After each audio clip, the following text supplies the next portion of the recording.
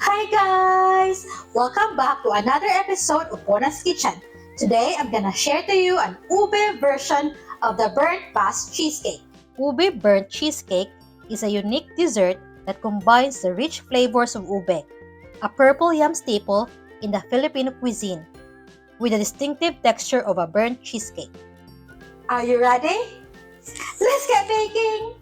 The ingredients that we will need are 680 grams of cream cheese, 1 and 1/2 cup of heavy cream, 1 cup white sugar, 1/4 cup ube halaya, 4 large eggs, 2 tablespoons plain flour, 2 1/2 teaspoon of ube extract, and 1/4 teaspoon of salt. To start, line an 8 inches cake pan with 2 sheets of parchment paper.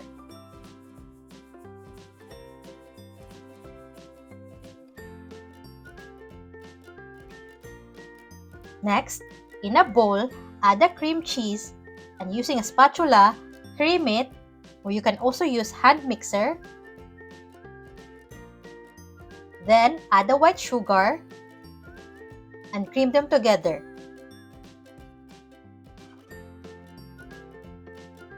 Then, add the egg one at a time and whisk them together.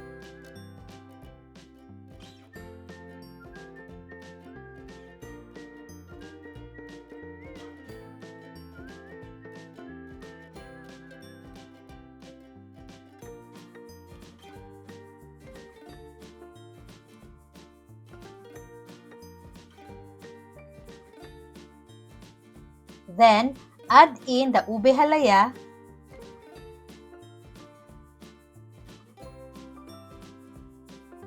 and the heavy cream.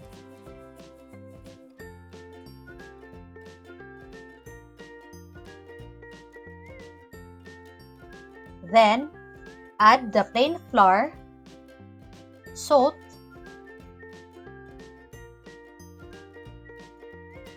and the ube extract, and continue mixing until well combined. Now, pour the mixture onto the baking pan lined with parchment paper, and using a spatula, spread it evenly.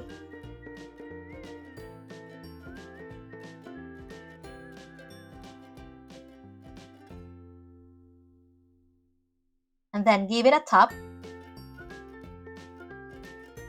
to release bubbles and also to make it a bit smoother. Then, bake this in a preheated oven of 200 degrees Celsius for about 20 to 30 minutes or until the top is dark brown or burnt, just like this. It will be a bit jiggly. After baking, let it cool at room temperature for at least 1 hour before putting it in the fridge. Then, chill it in the fridge for overnight before serving. And here's our finished product! Ube burnt cheesecake is rich, creamy, and delicious. The ube adds a sweet, nutty, and earthy taste.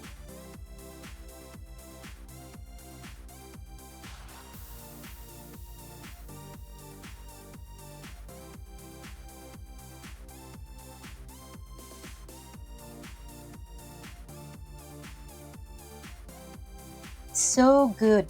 I hope you give this a try. Please don't forget to share this video and give this a thumbs up. Thank you for watching. See you next time. Bye!